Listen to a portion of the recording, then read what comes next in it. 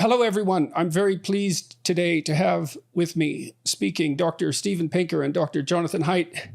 Dr. Pinker is an experimental psychologist who conducts research in visual cognition, psycholinguistics, and social relations. He grew up in Montreal and earned his BA from McGill and his PhD from Harvard. Currently, John Stone Professor of Psychology at Harvard, he has also taught at Stanford and MIT. He's won numerous prizes for his research, his teaching, and his books, including The Language Instinct, How the Mind Works, The Blank Slate, The Better Angels of Our Nature, The Sense of Style, and Enlightenment Now. He's an elected member of the National Academy of Sciences, a two-time Pulitzer Prize finalist, a Humanist of the Year, a recipient of 9 honorary doctorates, and one of Foreign Policy's World Top 100 Public Intellectuals, and Time's 100 Most Influential People in the World Today. He writes frequently for the New York Times, The Guardian, and other publications. He's publishing his 12th book, September 28th, 21 this year, September 28th. It's called Rationality, What It Is, Why It Seems Scarce, and Why It Matters. Dr. Jonathan Haidt is a social psychologist at NYU's Stern School of Business. His research examines the intuitive foundations of morality and how morality varies across cultures, including the cultures of American progressive, conservatives, and libertarians. Haidt wrote The Happiness Hypothesis, Finding Modern Truth in Ancient Wisdom, The Righteous Mind, Why Good People Are Divided by Politics and Religion, and The Coddling of the American Mind, How Good Intentions and Bad Ideas Are Setting Up a Generation for Failure. He co-authored that with Greg Lukianoff. The last 2 books each became NY Times bestsellers. At NYU Stern, he's applying his research on moral psychology to business ethics, asking how companies can structure and run themselves in ways that will be resistant to ethical failures. He's also the co-founder of heteroxacademy.org, a collaboration among 2,500 professors working to increase viewpoint diversity and freedom of inquiry in universities. He has a forthcoming book, 3 Stories About Capitalism, The Moral Psychology of Economic Life, expected to release in 2022. Thanks, gentlemen, very much for agreeing to talk to me and to each other today. Looking forward to a wide-ranging and intense conversation. So Jonathan, we haven't talked for about 2 years, I guess. That's right. I've always been a great fan of your research, especially research on disgust and other moral sentiments. I'm kind of wondering what you've been up to recently. So maybe you can start us off. Sure. So after I moved to Stern in 2011, I'd been at the University of Virginia. I got interested in how moral psychology doesn't just explain why our politics is so messed up.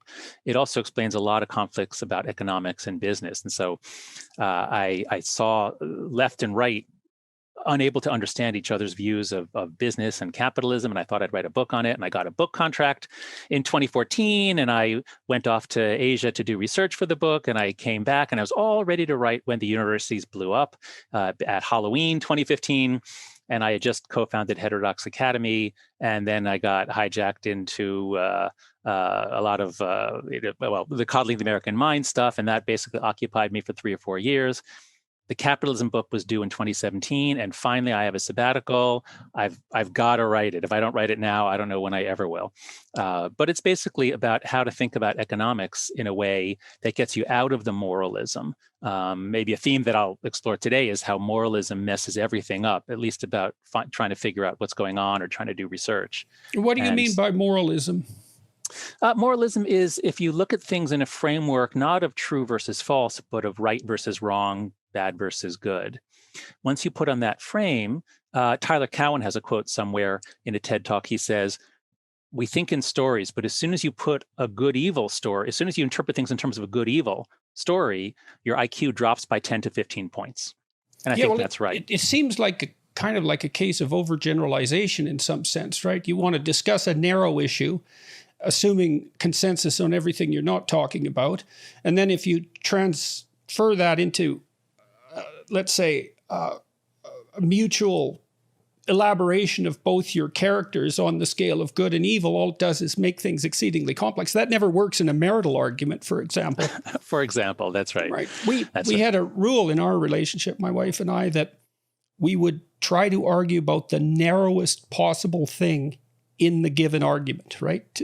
To stop it from expanding ever outward and potentially turning into a characterological attack. Yeah, that's a good way. Sounds like a good rule, because at a certain point, arguments become all-out war, where the goal is not you lose all touch with truth, and your goal is to win. And strangely, you win in ways that alienate the very person you're trying to persuade, because so much of our argumentative ability is actually intended for an audience. We're really, really good at making our case. Even though it often doesn't persuade the other person, but because we evolved for moral grandstanding in very intense social groups. And that's a little foreshadowing of how I hope we'll talk about social media. So you see that as, go ahead, Dr. Pinker. Well, I'm going to add something to John's point. Having looked at data on violence on historic scales in my previous book, Better Angels of Our Nature, I have a somewhat cheeky paragraph that says the world has far too much morality, by which I meant far too much moralization, alluding to the fact that history's greatest bloodbaths were not caused by greedy dictators feathering their own nest, accumulating palaces and harems. They were moralistic crusades. Yeah. They were people committing violence because it was not only permitted but obligatory in service of a higher cause. A lot of bloodthirsty dictators were ascetics, and they were not motivated by greed. They were motivated by what, in their own eyes, was morality, which we could call moralization. It doesn't mean we should all be amoral psychopaths. There is such a thing as morality, but moralization, the psychology of the moral sense, which John has done so much to illuminate, can be a source of immorality judged objectively. Okay, I'm gonna Google cheeky paragraph Steve Pinker too much morality. There we go. So, Stephen, in your book, Enlightenment Now, and other works, you've been tarred and feathered, so to speak, as an optimist. I mean, you make the case that things are improving, and there's a number of public intellectuals who make the same sort of argument. Bjorn Lomborg, for example, Matt Ridley, Marian Tupy, all have detailed ways that the world has improved dramatically especially over the last 30 years, but certainly over the last 150. And yet we seem to be polarizing terribly at the moment. And so what do you think is driving that, given that, arguably things are better than they have been? Yeah, I tend to try to squirm out of the optimist pigeonhole, because I'm not arguing for looking on the bright side and seeing the glass as half full, but rather just basing your understanding of the world on data rather than journalism. The problem with journalism being that it is a highly non-random sample of the worst things that have happened in any given period. It is an availability machine in the sense of Amos Tversky and Daniel Kahneman's availability heuristic, namely our sense of risk and danger and prevalence is driven by anecdotes and images and narratives that are available in memory. Whereas since a lot of good things are either things that don't happen, like a country at peace or a city that has not been attacked by terrorists, which almost by definition are not news, or are things that build up incrementally, a few percentage points a year and then compound, like the decline of extreme poverty, we can be unaware, we could be out to lunch about what's happening in the world if we base our view on the news. If instead we base our view on data, then not only do we see that many, although not all things, have gotten better, not linearly, not without setbacks and reversals, but in general, a lot better. And it also, paradoxically, because as I've also cheekily put it, progressives hate progress.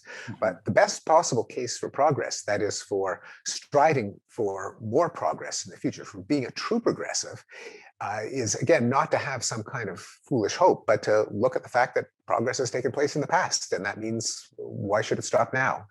We know that it's possible. So that's the... do you think that it's a reasonable thing to do from a rational perspective to compare the present to the past rather than to, there is a tendency to compare the present to a utopian future. And that's kind of a cognitive heuristic, because we're always looking for ways to make things better. And I suppose that's that tendency taken to its extreme. But it does seem to me that some of the decrying of the current situation is a consequence of comparing it to hypothetical utopia instead of actual, other countries or other times. Yeah, utopia is a deeply dangerous concept because people imagine a world without any problems. And since people disagree with each other, that means that in order to have complete harmony and agreement, you've got to get rid of all those nuisances, those people who are not on board with your plans for utopia, which is, of course, why it's been the utopians that have been the most genocidal regimes in history. Yeah. So I have a kind of a religious question to ask you about that. This is something I've been thinking about lately. You know, in Christianity, broadly speaking, you could make the case from a psychological perspective that utopia is permanently forestalled into the future in the name of the afterlife or of heaven or something like that. So it's abstracted up into something that's then put in a distant place. And I'm wondering to some degree if that's not a consequence of attempts to remove the danger from assumptions of potential utopias here and now. You know, because I'd like to look at religious thinking from an evolutionary perspective or a biological perspective. And it's very curious to me that the idea of the utopia, let's say, would be forestalled in that way. What, any thoughts about that? No, it's a strange question. Well, we have ideas about heaven that seem to be not universal, but there are features of heaven that seem to recur. Maybe we'll get into this later if we talk about psychedelics, but there are certain visions of heaven and hell. And so the idea of heaven, which often seems so perfectly beautiful, the idea of it's perfectly beautiful, but it's got its weird political problems. And these people, that just doesn't make any cognitive sense. Better to have it all be good and perfect and pure and hell be all, perfectly terrible. I don't know what was motivating the early Christians. I have no insights into that, but something that a way that I do psychology, and actually, Jordan, I know that you do too, because when we first met, you and I first met when I had my first job interview at Harvard in 1994, and you were the only person on the faculty then that I connected with, but we both bonded over an interest in Jung. And while I don't embrace some of the more fanciful elements of Jung, but the idea of archetypes, the idea that there are images that occur to people around the world because they come out of our evolutionary past. Something about our minds readily imagines them because of something was adaptive long ago, and so that's what got me into the study of disgust and purity and pollution. Was when I started reading ethnographies and seeing that all these cultures that never had any communication, many of them are island nations in the Pacific, they all had some similar ideas about purity and pollution. And so I would guess similarly with heaven and hell. Yeah, well, it's interesting to me that if earthbound utopias present a continual political danger in the way that we've been discussing, that one way out of that might be to permanently forestall it.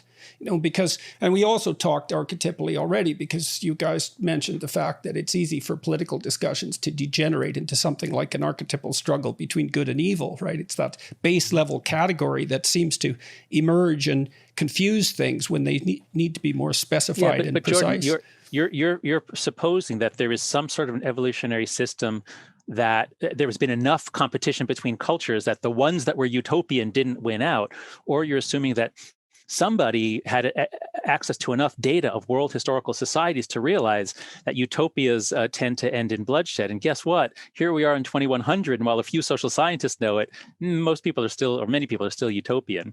So I think I would not look for some adaptive thing like, oh, the Christians were very wise in putting utopia impossibly far in the future because they knew that if they put it in the present, it'll be terrible. No, I doubt that. No, I wouldn't think they knew. I don't imagine it's anything that was planned. It just strikes me that the idea is so prevalent, that utopian thinking is so prevalent, that it might be necessary to develop a psychological mechanism to make its existence safe.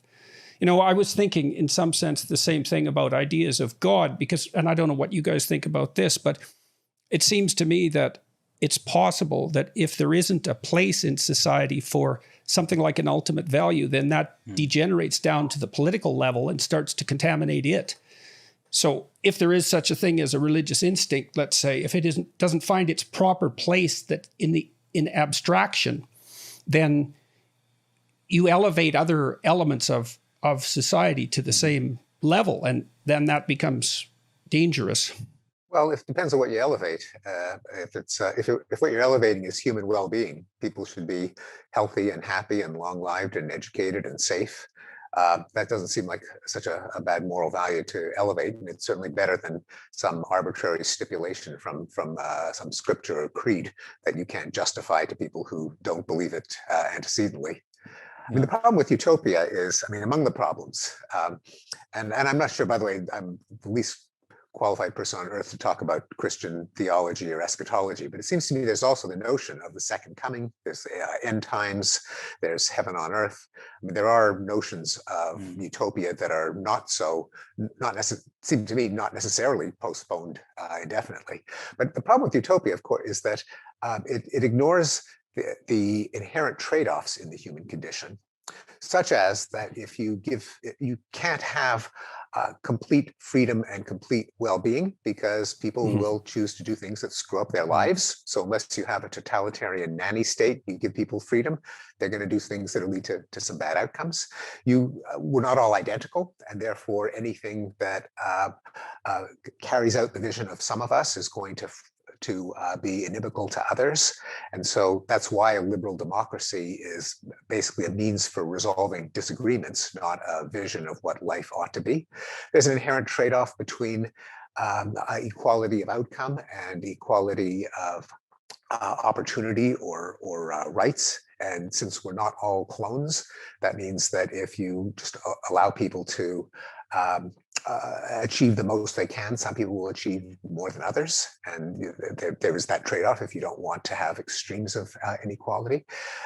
Added to the inevitability that whatever your vision of utopia is going to be, not everyone's going to agree with you, and in order to carry out a scheme that is perfectly laid out on paper, how do you deal with the people who don't get with the program? If you sincerely believe that the people who disagree with you are the only thing standing between the current world and a world that will be infinitely good forever, then you're justified in doing anything possible there to eliminate the ultimate evil, namely your enemies. Exactly. Well, that's why it seems to be such a hazard, right? Because utopia, if utopia is perfect and it can be attained, then any means are acceptable to bring it about. And that I can't think of a more profound moral hazard than that.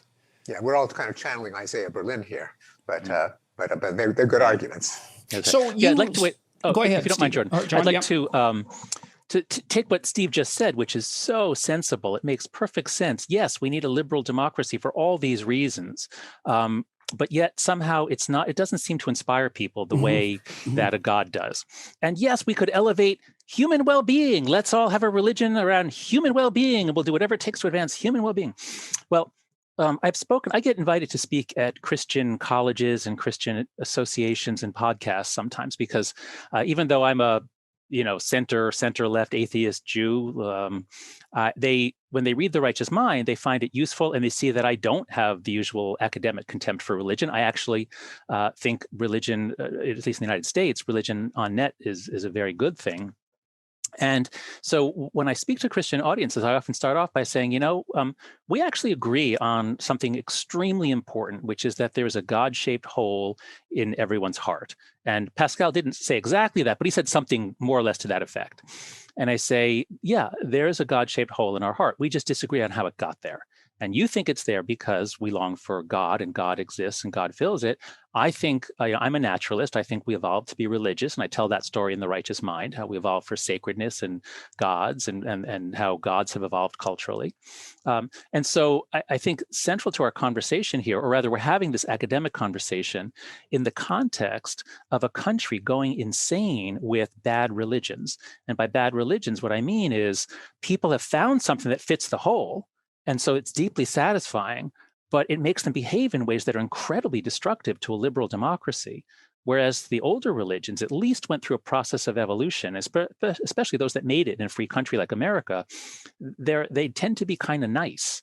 And so I would bring that perspective. Okay, so I want to comment on that a bit. I mean, one of the things I've been struck by talking to Lomberg and Ridley and Marian Tupy about the idea of human well-being, which is obviously something that anyone sensible would support, is that it is very, very difficult to make it inspiring. And I think there are probably two reasons for that. One is this God-shaped hole that John was talking about seems to perhaps indicates that that ideal that you mentioned, Stephen, needs to be embodied in something like a personality for it to fit properly, rather than for it to be an abstract idea that might be more motivating for people who are highly rational and intellectual.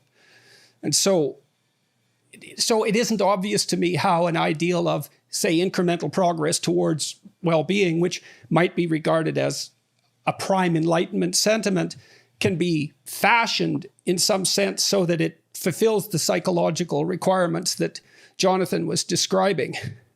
Yeah, so I have another, if I can allude to another cheeky passage toward the end of Enlightenment now, I say, well, do we need to have men in colored shirts saluting posters of John Stuart Mill and secular humanist preachers rolling back their eyes and pounding a copy of Spinoza's Ethics on the pulpit? Hear, hear. So, well, maybe we do. Yeah. But on the other hand, and I find there's some irony in here, me defending the plasticity of human belief and values, given that I'm a pretty staunch advocate of the concept of human nature. But what fills that God-shaped hole is it's pretty variable. I mean, it was certainly, there's nothing in human nature that says that it had to be filled with the notion that if you accept that a guy who was nailed to a cross 2,000 years ago died for your sins, and the foremost of which was when Adam and Eve ate from the fruit of the fruit of the tree of knowledge. I mean, that's not an intuitive idea. That was an idea that we had to have acquired.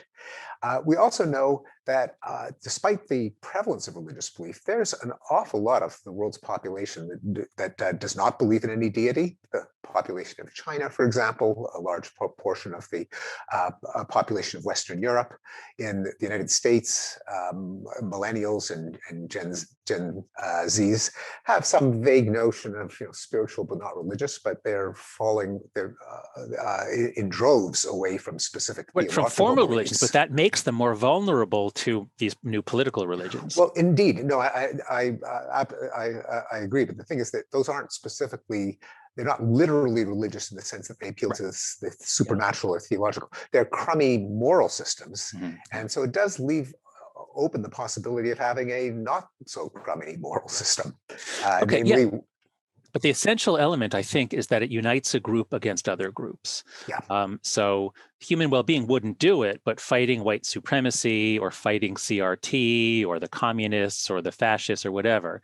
So I think you can't just put anything in there. I'm a Durkheimian, and so I think a good religion, anything that's going to fit in the whole, and by good, I don't mean good for society, I just mean something that'll make a good fit, is going to have to be one that has a group bonding function for us to come together to fight something else. So let me ask you about that. So you just made the case, I think, and correct me if I'm wrong, or we seem to agree on the case that because of this absence of a higher value, whatever it happens to be, that's fallen down into the political domain, and then the quasi-religious impulses that are infiltrating the political domain tend to pit one side against another. So you get a good versus evil narrative emerge. But the problem with the good versus evil narrative is that the evil is embodied in some other group and the good is embodied in your group. So one of the things I've been thinking through is that, in sophisticated literature, you don't have good guys and bad guys.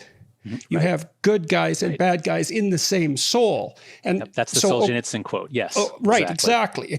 You see that in sophisticated literature. Everyone knows that. So here's a thought. So if you don't have a abstract religious system that insists that the dividing line between good and evil is to be fought inside your own soul, so to speak, then it degenerates one step into a battle between good and evil in the outside world, with evil being conveniently located somewhere else. So, one of the things I think that Christianity did bring the world, and it had its roots in Jewish thinking as well, was that the greatest of evils was to be found within, not without.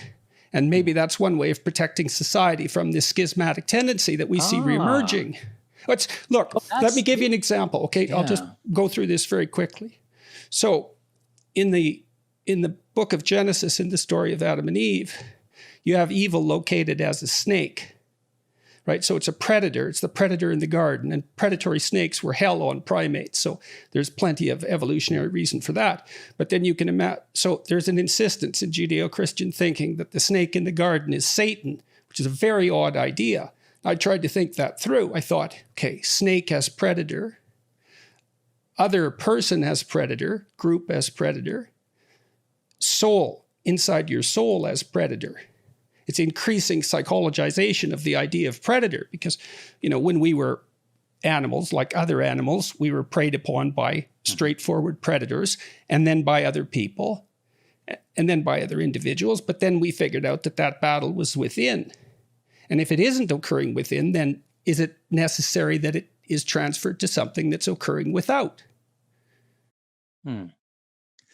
I really like your point about how believing in original sin or that the battle is within makes you less susceptible to a simplistic we're good, they're evil narrative. I like that a lot. I'm a big fan of Amanda Ripley, who wrote this amazing essay called Complicating the Narrative. And it's about how journalists, reporters, if you don't report like, well, this side says this and this side says that, don't just report the two sides. That simplifies the narrative in a sense. Rather, show splits within each side and show that the story is really complicated. And that kind of stops people in their rush to judgment and mob action and makes them think, which of course is what great literature does too. And that also helps explain what I think is particularly attractive to me in Christianity, or at least in some of the Christians that I know, is that they really make a virtue of humility. In a way that, Jews don't, at least American Jews don't seem to. But the idea that we are all flawed, don't be so sure of yourself, judge not lest ye be judged. I sometimes join a group of evangelical preachers, actually brought together by Jonathan Rauch, another Jewish atheist, but with a bunch of interesting people like Pete Wehner, David Brooks, and some actual ministers as well. But I just love the virtues there of humility, grace, forgiveness, and these are virtues that have just been completely drained away from modern society. I think you see the struggle for morality within in the Jewish tradition and the prophetic tradition, with the insistence that people have deviated away from the path of God and have to be called back to it. So at least the precursors to that idea are there in broad form, and importantly, right, which that makes sense. Yes. Yeah, the idea that there's a struggle between our better angels and our inner demons, between good and evil within us, is an important idea. It doesn't have to come from the parable of the snake in the Garden of Eden. The problem there is that if it is, it's just a parable, and people who weren't raised in the Christian tradition or who just don't believe it or can't slide onto it can reject it. But it's not that abstruse a notion. It appears also in Freud's contrast between the id and the superego. It appears in evolutionary psychology in terms of the particular drives and motives that served us well in an anarchic society. You see it in cartoons with the devil on one shoulder and the angel on the other. I think if we think it's a good idea, we have to articulate why it's a good idea and express it in a way that anyone can accept it, regardless of the tradition they happen to have been brought up in. And in terms of the Jewish notion of humility, I'm sorry, but I have to tell a Jewish joke, which is that on the holiest day of the year, Yom Kippur, the rabbi and the cantor are standing in front of the ark, the open ark with the Torah scrolls. The cantor falls to his knees and says, "Lord, I am nothing." The rabbi, seeing him falls to his knees, says, "Lord, I am nothing." In the back of the row of the synagogue, there's the lowly janitor, overcome with emotion. He falls to his knees and says, "Lord, I am nothing." And the rabbi says to the cantor, "Look who thinks he's nothing." So that's humility within the Jewish tradition. Right. When I was reading Enlightenment now, and I was struck by this, and I guess this is something that's always struck me, is that there's a power in mimicry and imitation that's attenuated in rational reasoning. And so I've been thinking again about Christianity from a psychological perspective. And I thought, well, one way you could characterize it is that it's a very long discussion about what constitutes the human ideal. And I've been thinking about what unites people. And you might say, well, that beliefs unite them. But I think it's the shared pursuit of an ideal that unites people, rather than beliefs about the state of the world per se. And so when I was reading Enlightenment now, and when I read works of other rational Enlightenment types, it's this inability to inspire that torments me, because I appreciate the utility of the arguments and the power of the technology that's associated with rational thinking and all of that. But things seem to be disintegrating politically around us despite that rationality. And it isn't clear to me that it's sufficient force to hold back the tide. I mean, look what happened to Dawkins recently with the humanists, for example, which was quite shocking to me, and I suspect to him as well. Me too, yeah. No, it is a challenge of how to engage people's, how to get their blood pumping, their adrenaline going. It's a dangerous thing if it can be commandeered by demagogues and by rabble rousers. I think it is worth it, and I think we don't know enough about this process to look at cases in which there have been constructive moral and social movements that have managed to get to engage people's emotions. Perhaps the civil rights movement in its heyday of Martin Luther King, when John F. Kennedy got a lot of people to join young people to join the Peace Corps. The founding of the United Nations was a source of great hope. I mean, the United Nations has its own pathologies, but in its time, even in things like there's a kind of pseudo-religion to some TED Talks where you've got a techno-optimist who proposes some way of dealing with climate change, with malaria, with parasitic disease. And in the room, you can feel that kind of elevation, that awe. I think we have to work toward not just engaging any old fervor, but to figure out how we marry that fervor to the causes that generally deserve it. Okay, yeah, I'm well, going to go play ahead, the skeptic. John. I'm going to play the skeptic here, because my new theme that I'm thinking through is unmoralize everything. That moralism, moral judgment, as I said, it's just it makes it difficult to find the truth, and so constructive moral and social movements. Well, we're all supposed to think, well, social movements are great, and the civil rights movement, the women's rights movement, gay liberation, all the incredible rights movements of the last 50 or 60 years. But that's in part because we look back at the ones that were successful and that were really deeply right about righting injustices. And now, when I look at social activism on campus and among young people, I think I have a much greater appreciation for how hard it is to change institutions, especially complicated institutions that are generally trying to be open and humane anyway. And I look at the policies that many young people are pressing universities to adopt or pressing companies to adopt. And what I see happening is unmoored moralism, trying to change institutions without understanding them. And I'm beginning to think that social activism may on net be a negative thing to the extent that now it is governed more by the social dynamics of social media and self-presentation than by any real study of a problem and attempt to come up with something that would work. So, that's blindness, isn't it? I mean, blindness. What do you mean? They're blind to what they're blind about? Yes, exactly. It's ignorance of it. Yeah. Well, if you put someone on the spot and you ask them if they could run a nuclear power plant, they'll say no. But if you ask them what should be done about the entire world's electrical grid, they'll tell you the answer. Mm-hmm. And that's a good example of not decomposing the problem down into units that could actually be addressed intelligently.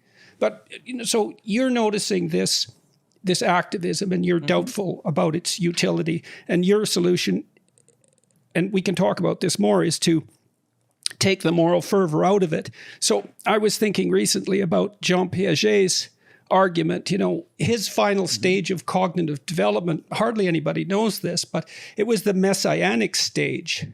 Well, I've never heard about this. Absolutely. There's many things about Piaget that people haven't heard about. That messianic. His Lord. goal was to unite religion and science. Oh.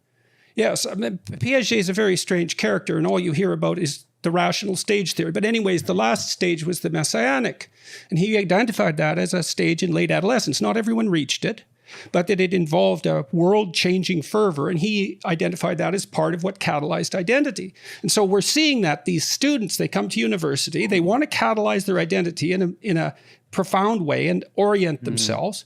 And what seems to happen is the activist types tap into that and offer them a solution. And the solution seems dangerous, but it doesn't look like the intelligent people are offering anything that's useful as an alternative because they're not getting anywhere with it. And so we have to ask ourselves exactly why that is. And part of it is the lack of romance, I think. You know, when Orwell wrote about the Nazis in the 1930s, he was very careful to highlight their dramatic use of ritual and the romantic attraction. Now, of course, he was absolutely opposed to everything they were doing, as anyone rightly should be. But Orwell was very wise and about human nature in general. And there's a drama in what's being offered to adolescents that the rational approach doesn't seem to engender. And I don't know how to solve that problem. I think it's a terrible problem. But Well, I'm going to mediate between Jordan, what you've been saying, and what John offered, and I do tend to agree with John. I was trying to make some concessions toward the possibility that you can best energize people by somehow co-opting this fervor.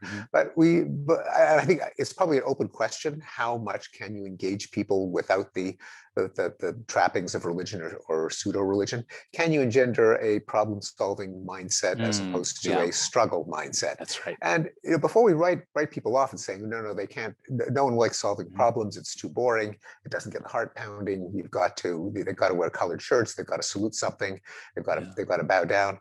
We have, we did eliminate smallpox.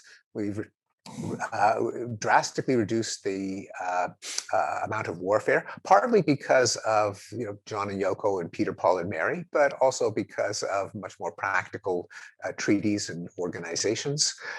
We've drastically reduced extreme poverty, not because of the teachings of the Hebrew prophets or Jesus, but because of China and Indonesia and India adopting capitalism to tie into the theme of John's impending book.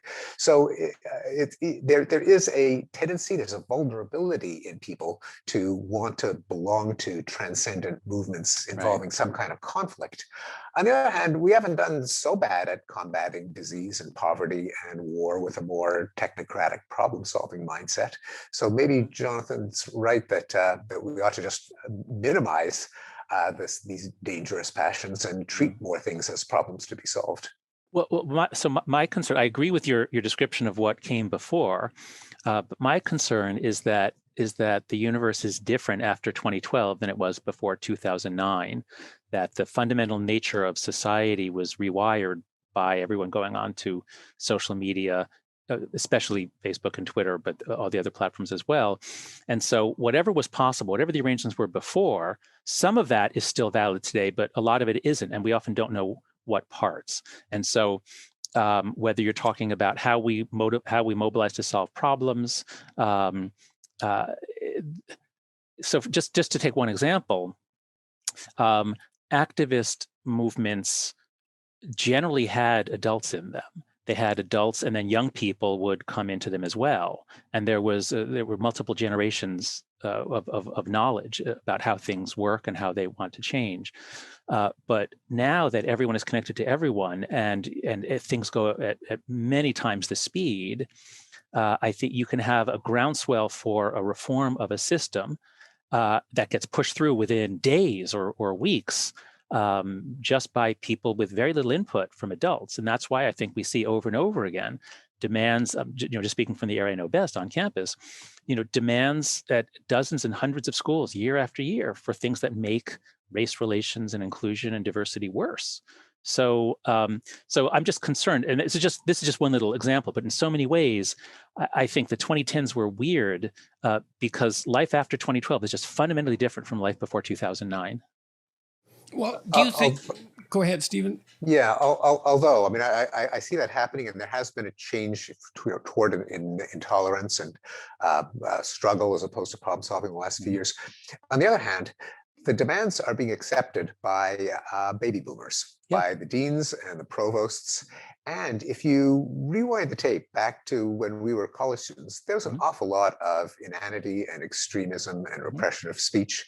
E.O. Wilson and Dick Herrnstein and Tom Bouchard and many others were canceled. There were posters. I have one from 1984, a talk for E.O. Wilson, Bring Noisemakers. And now the student activists of when we were students are now the deans and the provosts who are happily ratifying these extreme demands. You know, at the same time, and we all know this from our students, this is not a uniformly woke generation.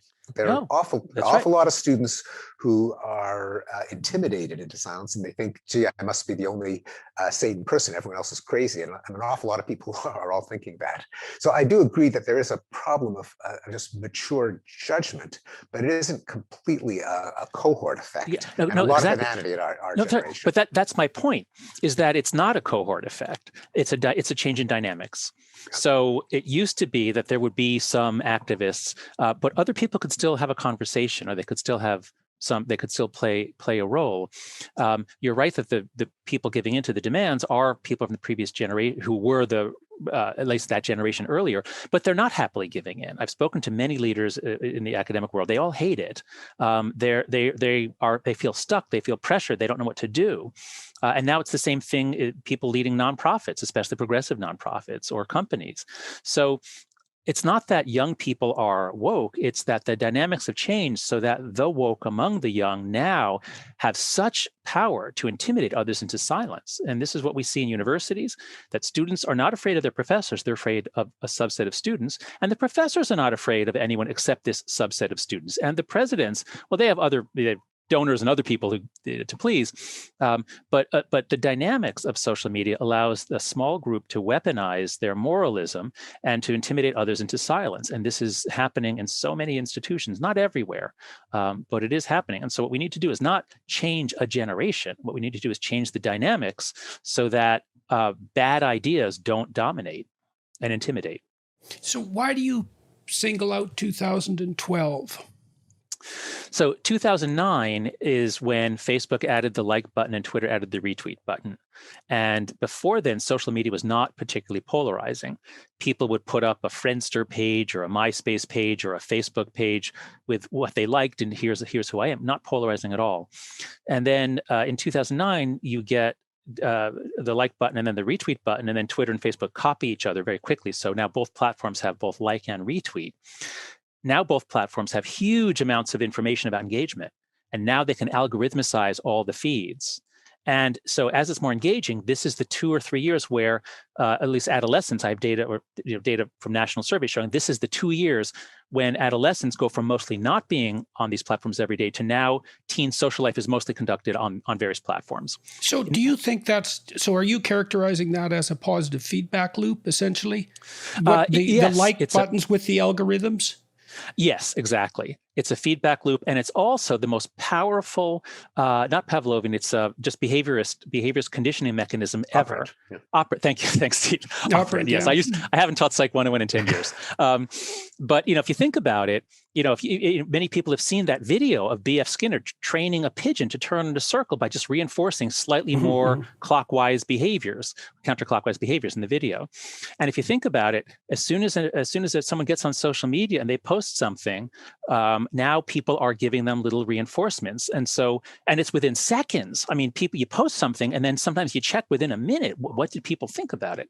And so we have, so this is why, these are ideas that I developed with Tobias Rose Stockwell. We had an article in The Atlantic on why why democracy is going haywire or something like that. Well, the positive feedback loop idea is really interesting too, because a lot of psychopathologies are positive feedback loops. So if you get depressed and you start isolating yourself because you're depressed, you get more depressed. If you drink alcohol and go into withdrawal and then drink to cure that, you become alcoholic. If you are agoraphobic and you avoid, you get more afraid. Like a lot of psychopathological processes are positive feedback loops. And so the combination of the algorithm with the we don't know what these technologies are doing to us. We don't have a clue. We have no sense we have some whatsoever. clues, and it's pretty much all bad. So yes, we get that feedback loop that now you can have the echo chambers and bubbles. If you're prone to extremist politics on either side, you now, because based on what you like or what YouTube videos you watch, that sucks you down into more extreme ones and into a community. So the algorithms are doing two things. They're picking our friends because they say you should meet this person because people you know meet him. So the algorithms are making our friends different from what they used to be, and the algorithms are making what we watch and consume different. And in some ways that's good because it's things that we enjoy. But one of the problems for a liberal democracy, as the founding fathers knew, is factionalism.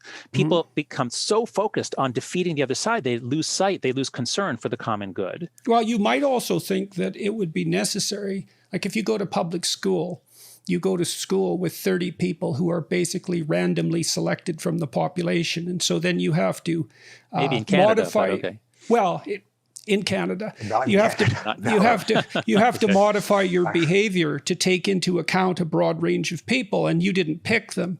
Whereas online, if you're starting to only aggregate with people who think the way that your interest indicates you think, then is it possible that you start to lose touch cognitively with the broader culture and you don't even know what it is anymore? Yes. And that's right. And that's why I'm particularly concerned about Gen Z, because the mental health data shows that their mental health plummeted beginning around 2012, whereas the millennials, they didn't get social media until they were in college or after college.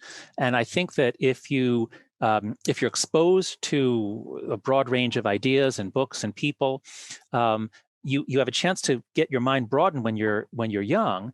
But if you think about the river of inputs coming into people's eyes and ears, when we were all growing up, we watched way too much television, but television was made by older people. It was made by people who were not children. And so we at least, from watching Bugs Bunny, you're at least exposed to opera and you're exposed to certain cultural themes and you even have a sense of the 1940s, let's say.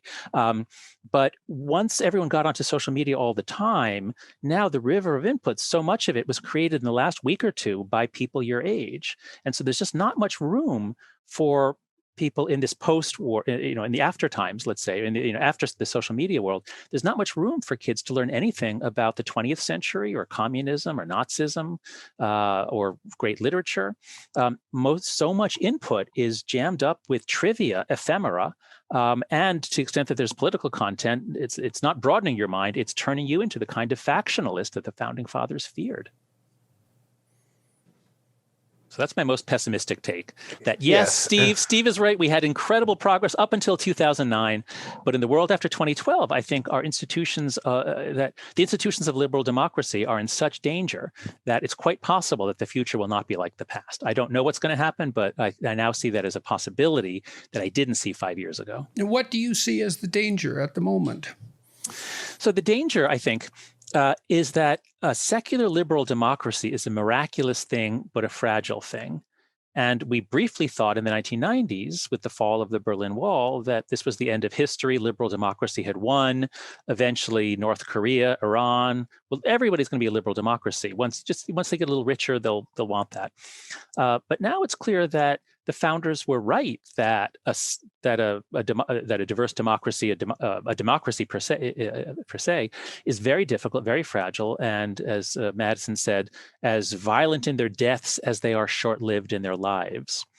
And so the 20th century, we had all kinds of centripetal pressures, including especially World War II, binding us together. We had briefly a centripetal media system where we all got the same news. So we had the high point of professional journalism. It wasn't that way before the 1920s, and it isn't that way after 2012.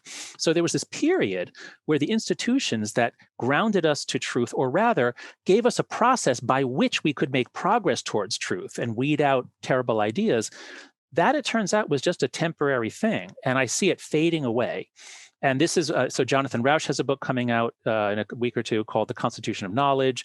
Steve is going to cover a lot of this in his book on rationality. So let me kick it over to Steve. Steve, what do you see? Do you see that things are changing in the last 10 years or so in ways that are a danger to a liberal democracy such as ours? Some of them are, although in the last 10 years, globally, we've seen extreme poverty continue to decline. We've seen war decline after the blip from the Syrian civil war, which temporarily reversed the trend. We've seen movements like the legalization of gay marriage in the United States, the restrictions in the application of the death penalty. So there are a lot of these long-term movements that are continuing. And you also got to remember that in the 60s and 70s, for one thing, domestically, there were weekly bombings and riots with police shooting a dozen rioters a night. The Weathermen, the Black Liberation Armies, Mayanese Liberation Army. I'm getting all of that too. Oh yeah, things are materially they, things are continuing to get better. I give you all of that. And if you listen back, I mean, I've been watching the Apple TV series 1971, the year that music changed everything. Oh, cool. Highly recommended. Okay. It's a reminder of a lot of the political inanity of our generation and our older brothers and sisters who were Maoists, who were Marxists, who were violent insurrectionists, and not just in rhetoric, but there really was a lot of violence. There were bombings, there were judges whose heads were blown off. Oh my God. It was a pretty ugly time. And even in terms of, it's certainly true that there is no overall progressive force toward liberal democracy, and there's absolutely been a recession in the last decade in countries like Hungary and Turkey and the United States and Russia. On the other hand, if you look at the graph of number of democracies scaled by how democratic, how autocratic they are, we've backslid maybe to 2010. We have to remember that in the 1970s, there were only 33 democracies on Earth. Half of Europe was behind the Iron Curtain. Spain and Portugal were literally fascist dictatorships.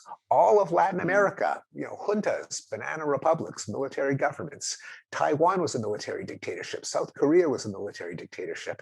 There has been some backsliding, but not back to the 1970s. So it's sort of premature to abandon the liberal democratic ideal. I agree that it has to be, that there is some, it's not so fragile that we have gone all the way back to the 1970s. And there are some built-in advantages, like people want to live there. That's where people who vote with their feet end up. We know from, I mean, and John, I know you covered this in your book on happiness, but people in liberal democracies are happier. And together with material affluence, which of course liberal democracies are very good at delivering, the second, as I recall, contributor to happiness is a sense of freedom. So there is at least pushing in the direction of liberal democracy against, agreed, the tribalist and authoritarian and magical thinking. There is people's desire for prosperity and freedom, at least for themselves. And pushing back against the positive feedback loops, the vortexes of misinformation and fake news and so on. There is the fact that reality is that which doesn't go away when you stop believing in it. That and Jonathan Rauch is clear in his book, which just recently came out, which I admire as much as you do, that there are some, that because reality is still there, there's always a resource to that the constitution of knowledge, what he called liberal science, always has behind it. That in the end, you can't wish away reality for long. See, I wonder if one of the differences between now and the 1970s, I mean, because I often think about now compared to 1972, which was not exactly a banner year. That was the year of the oil crisis. I mean, it seems 73. Yeah, 73. It seems that there were terrible things going on in the world at that time that people were concerned about. And they seem equally concerned now and equally divisive, but the terrible things aren't going on. I mean, the Vietnam War was raging, the Cold War was raging. We were concerned about running out of oil, and that turned out to be, a non-starter. Overpopulation. But yes, I mean, extinction. Yes. So and a lot of those things didn't manifest themselves, but certainly the Cold War was absolutely real, and it was raging away in Vietnam, among other places. And so people were very bent out of shape about that, and rightly so. And now there seems to be an equal amount of being bent out of shape, but the contributing factors seem even far less obvious than they were in the 1970s. And so that seems to be the mediating factor between the position you've staked out in this discussion, Stephen, and the one that you're describing, Jonathan, is that, it's not worse than it was in the 70s, except there's no reason for it now. Yeah. No, I totally accept Steve's points about progress and about how there are many people, particularly as he says, progressives who don't want to acknowledge that there's been progress. I don't deny any of that. I feel like we're just in the first stages of this new way of living, in which we won't be able to find truth. The processes that let us find truth have decayed in ways that might make the future different from the past. And so if you look at what is happening in journalism, and many people now, not just people on the right, but centrists and others are saying the New York Times is just not as reliable as it used to be, since it's committed itself. I heard a discussion, I think Andrew Sullivan said something like there was a memo went around that we need to make race part of every story. So if the New York Times has this dual telos, all the truth that's fit to print, or is it all the truth that fits our narrative we print? I mean, those are not the same. That's incoherence, and that's basically what's happened in some of the social sciences as well. And so you have to either have the whole institution committed to this really, really difficult thing, which is advancing towards truth, disposing of falsehoods, using only imperfect, flawed, motivated individuals as the units, and creating a process that nonetheless gets you closer to truth. And we've done it in universities, we've done it in juries, in the court system, the legal system, and we've done it in high quality journalism. And now we need truth. We need that truth, but we also need the truth that unites us, right? I mean, what's the truth that unites us? Well, I'm trying to make sense of all the arguments that you're putting forward. I mean, one of the things that's happening, you pointed out, is that we're factionalizing. And each faction has its own representation of reality. Right. And back in the heyday of journalism, and it wasn't just journalism, because there was all sorts of central institutions that people trusted fundamentally. Right. And so those institutions were oriented towards the truth in principle, but they also united people. And so now you could say that one of the consequences of this remarkable technology that's put us all online is that, and this is part of what's undermining journalism, and that is everything has fragmented into 1,000 narratives or 10,000 narratives, and they all find their own community. And so it seems that the problem of truth has two elements then. What's the truth, and how is it that we share that across ourselves so that we can be united as a country or a state or whatever level of community you choose? Okay, I would just be wary of saying the truth that unites us as if we all need to believe one truth. I would rather say, if there is a possibility of finding truth, then at least we can have our disagreements within some realm of sanity where we might actually resolve problems or fix problems or make these massive advances on social problems. Once the ability to find any kind of truth goes away, then it's not that we're not, we can't unite around something. So, if you think about when 9/11 happened, within a week, we pretty much, there was common agreement about what had happened. Planes were sent by al-Qaeda whenever we figured that out. And there were conspiracy theories that it was an inside job by Israelis, but those were fringe freak theories. Nobody really believed them. America came together and supported a response. Now, of course, George W. Bush abused that and took us into Iraq on false premises. We came apart. But if 9/11 were to happen tomorrow, do you think that we would have a shared understanding of what happened? I don't. And in fact, it kind of did. We had the pandemic a year and a half ago, and it could have been a way to bring us together to solve this massive problem that we all faced. But in America, at least, we quickly split into crazy factions. Yeah, well, I should say, crazy conspiracy theories on the right. The left wasn't conspiracy theories, but the left was the woke problem, where certain things, certain things couldn't be said, and and especially the one of the worst things that the institutions that are tasked with creating knowledge one of the worst things they did was they said, no, no, no, you can't get together at church. No, no, no, you can't get together at a Trump rally. Oh, but Black Lives Matter protests? Yes, go ahead. And so in that, so the right was already so skeptical. And once the epidemiological community did that as a community, they put out a statement, boom, no more trust in the establishment. And that has killed a lot of people, because if not for that, there would be a lot less skepticism about vaccines. I completely agree with John, and that's one of my favorite examples. The other one, of course, being that that if you discuss the possibility that SARS-CoV-2 originated from a lab leak in Wuhan, that shows that you're a racist. You're a racist, right? Right. And so that was censored and inhibited until it just burst out about a month ago. But while completely agreeing with John that our institutions for finding the truth constantly need defense, they go against a lot of features of human nature.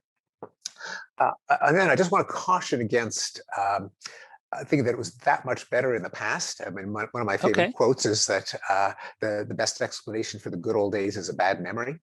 And this includes, by the way, the New York Times. And there is a sort of subversive book by Ashley Rinsberg, came out a couple of weeks ago, called The Gray Lady Winked, going over the history of the New York Times coverage of world events, which forget all the news that's fit to print.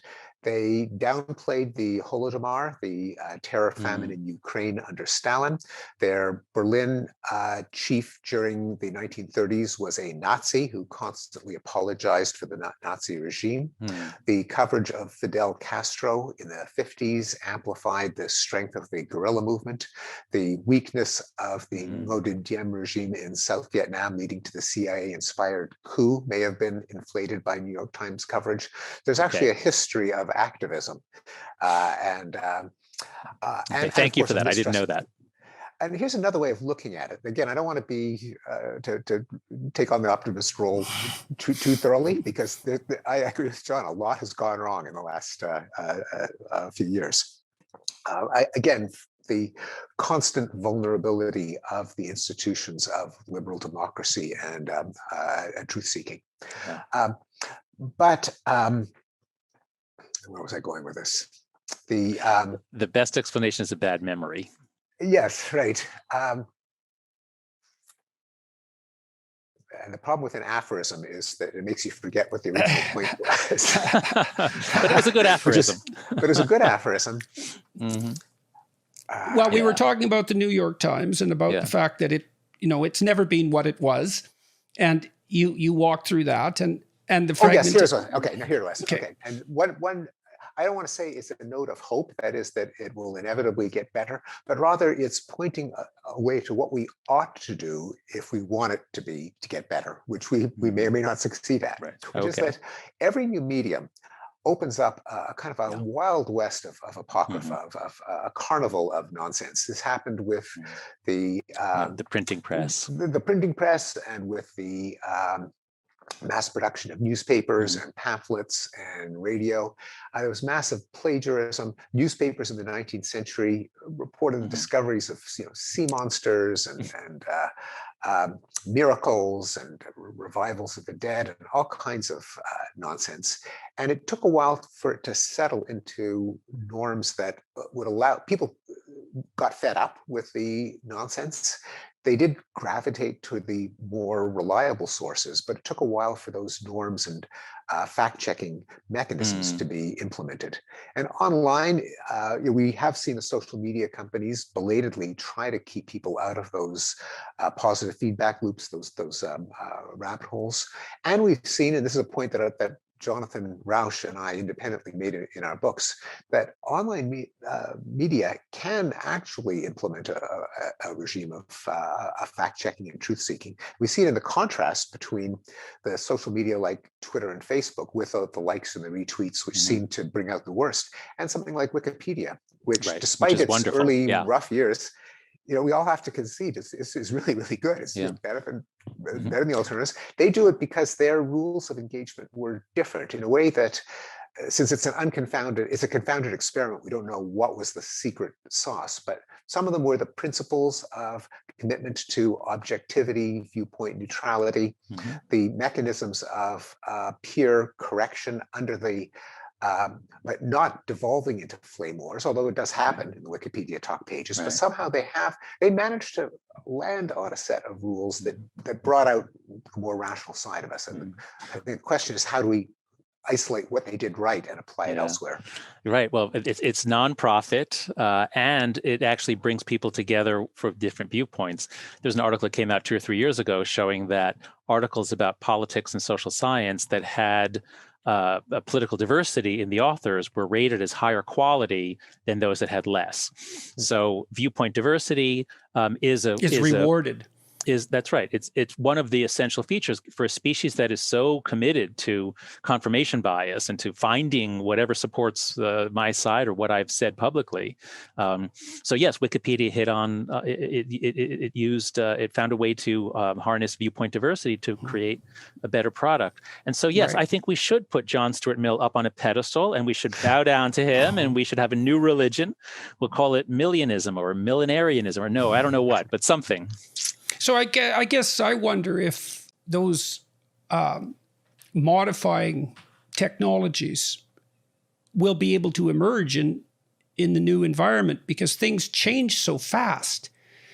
I don't know if we can evolve corrective mechanisms faster than we evolve new disruptive mechanisms. Yeah. So we have no idea what to do with Twitter, for example, and no idea what effect it has. We don't have any idea, I don't think, what it does to people's communication when you truncate it to 280 characters. Like, does that increase the probability of manifesting anger, for example? Has anybody studied that? Oh, yes. There's a lot of research on that. I mean, bad is stronger than good as a general principle. There's a wonderful book by Roy Baumeister and John Tierney. And so bad spreads more than good. And especially if you strip away context and intent and everything else, you're just asking for trouble. And so Twitter is probably the worst form of communication ever devised if the goal is to actually have conversations. Now, it's great for certain things. It's great for finding things to read. But to call Twitter a communication platform or a public square, anything like that, while it serves that function, it serves it about as badly as could be. So I'm sure what I sometimes say when I'm asked about the future here is I say, I believe Steve Pinker is right that in 50 or 100 years, things will be better. 5 or 10, probably worse, or at least may well be worse. But yeah, in the long run, we're likely to figure this out.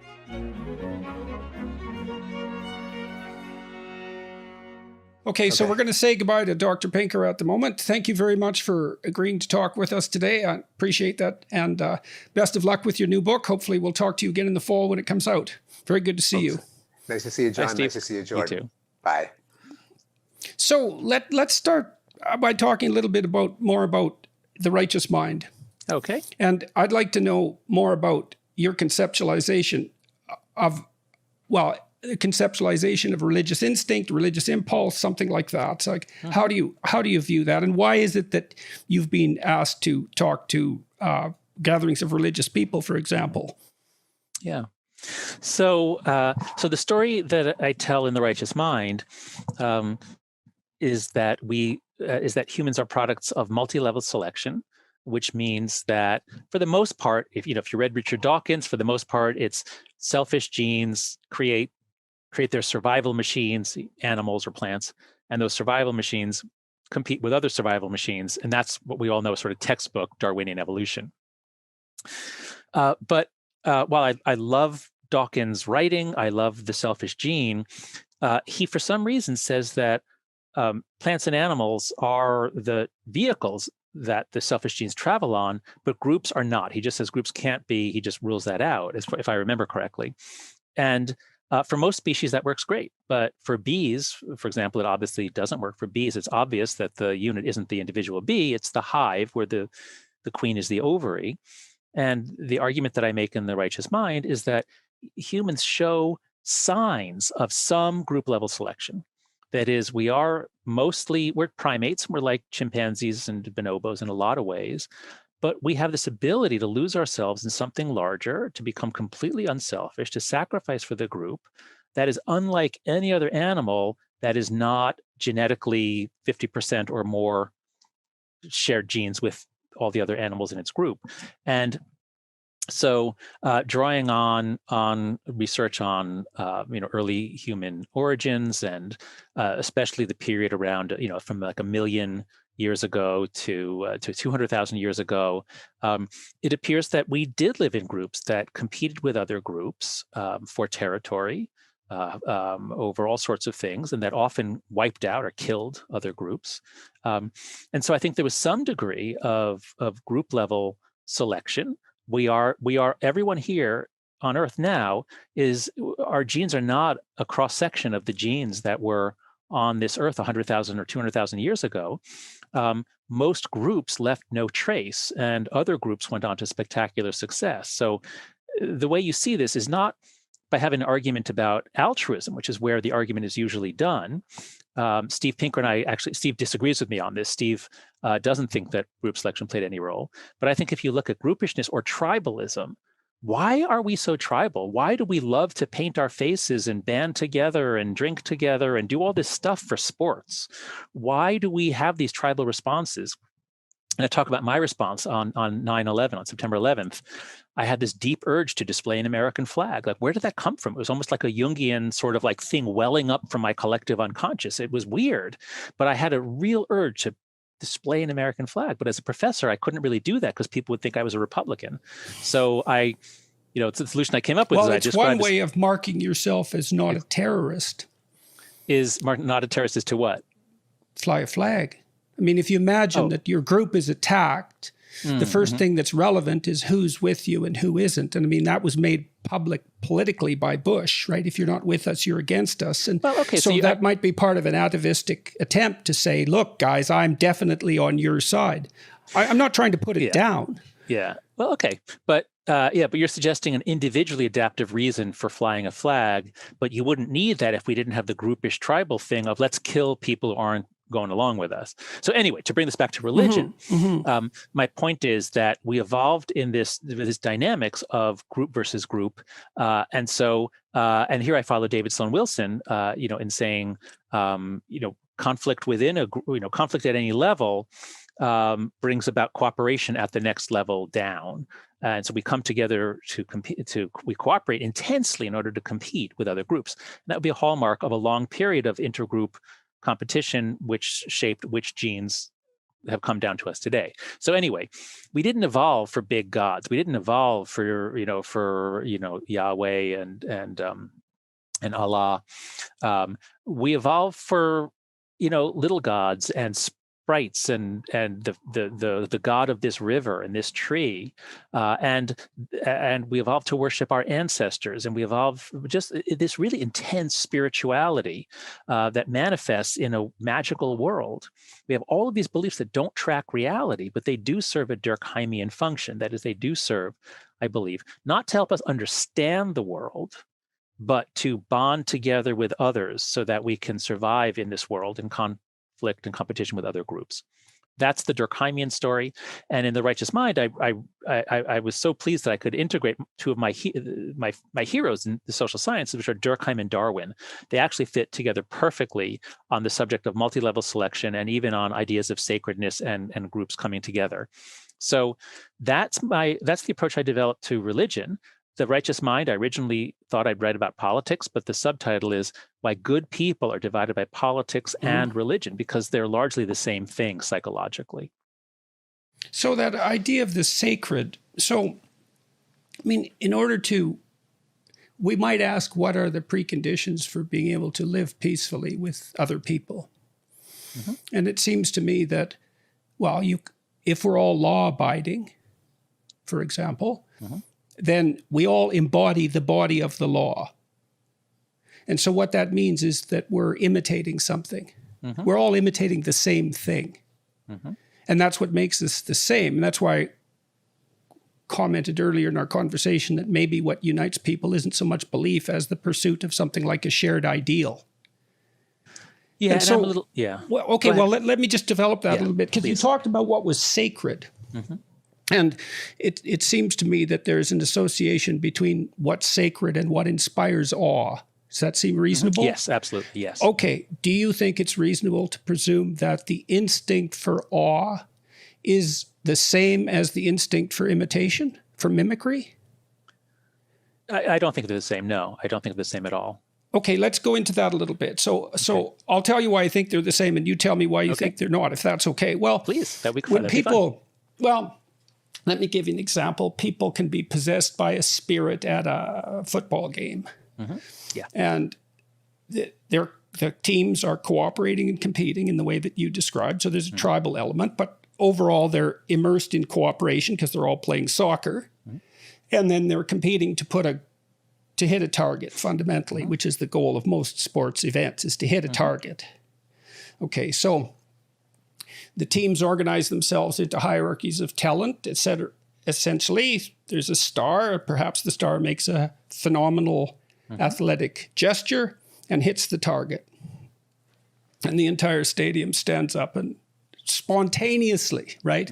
And because they're observing something that inspires awe. And that awe-inspiring act is to hit the target. And they're all in that stadium celebrating the act of hitting the target. Now, I started to figure this out when I looked into the root of the word sin, because it's hamartia. It means to miss the target. Oh, wow. Yes. Yeah, wow is right. Wow is right. And so the opposite of that is to hit the target. Okay, so you see in a stadium with that spontaneous manifestation of awe, the possession of the entire stadium often. And it's almost entirely unconscious because they get up on their feet before they think. And it's an act of worship, essentially, for that prowess shown, for that demonstration of how to hit the mark. And that's part of the imitative spirit, I think. It's part of imitating what's competent and heroic. Okay, so I disagree with that analysis because I'm a Durkheimian. I just, what would Emil Durkheim say about that? Is it that people are so amazed at the skill with which that guy kicked a ball into a net? I don't think so. Sports events of the kind you describe, that never happens with soccer in the United States. For us, it's more football and sometimes basketball. But of the kind you describe, it's the pleasure, and anybody listening to this can probably think of times when they either sung in a choir or played in a band or played on a sports team, and you have that feeling of really becoming one. That is a I would say, a quasi-mystical or mystical experience. It's a sort of a loss of self emerging into something larger. Yes. That's my argument about this higher and lower level, the level of the sacred and the level of the profane. And Durkheim describes those are Durkheimian terms. He uses those terms. We can briefly enter the realm of the sacred. And if you're going to go see a football game, would you rather have an excellent view of the game alone in a room with an excellent screen, or maybe even just an excellent window? Or would you rather be part of the whole crowd that does the wave? I mean, think about the wave. No, I agree with you. People spontaneously figured out how they could become a superorganism. Yeah, so, no, I'm not disagreeing at all. Yeah. And I do think there's a collective element of that worship that's exactly in keeping with what you're describing. And it does unite people. Yes. In the imitation of a spirit in exactly the same way that they're united in a concert or when they're playing in a band. I think those are all manifestations of the same thing. And so I'm not saying that it's only individual by any stretch of the imagination, because there'd be nothing that would unite. See, in the stadium, they're united around that. Right. Okay. So let's focus on imitation here. I guess the reason I disagreed with you is that imitation is such an important human ability for learning.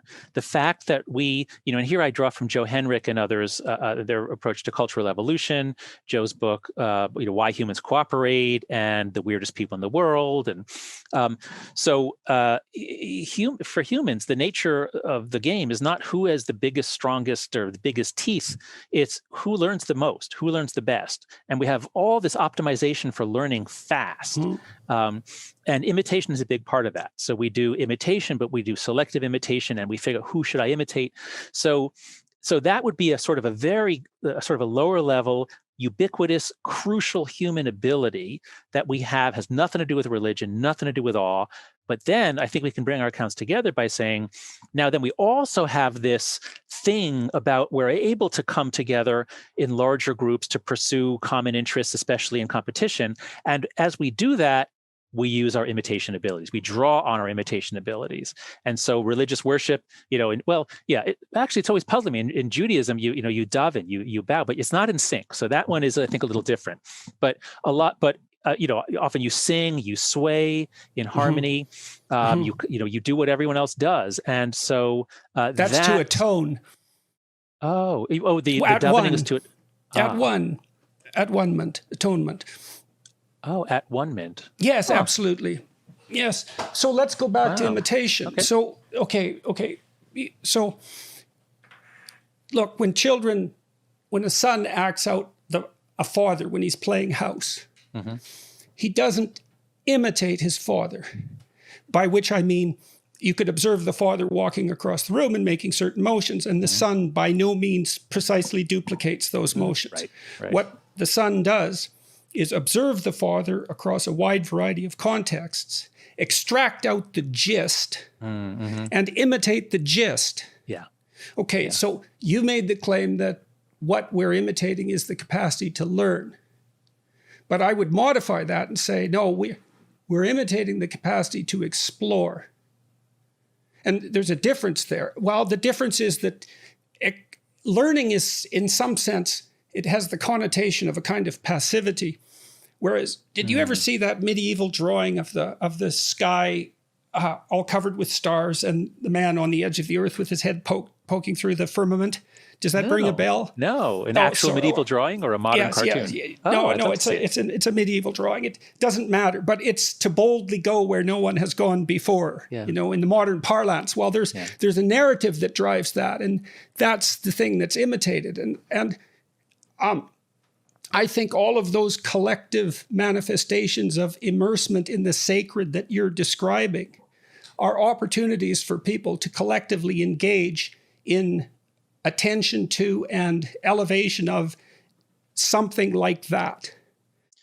Wait, so we certainly are an exploratory species, and just as when I was a kid, you get a mouse or a gerbil as a pet, you put it into a cage, it's going to explore.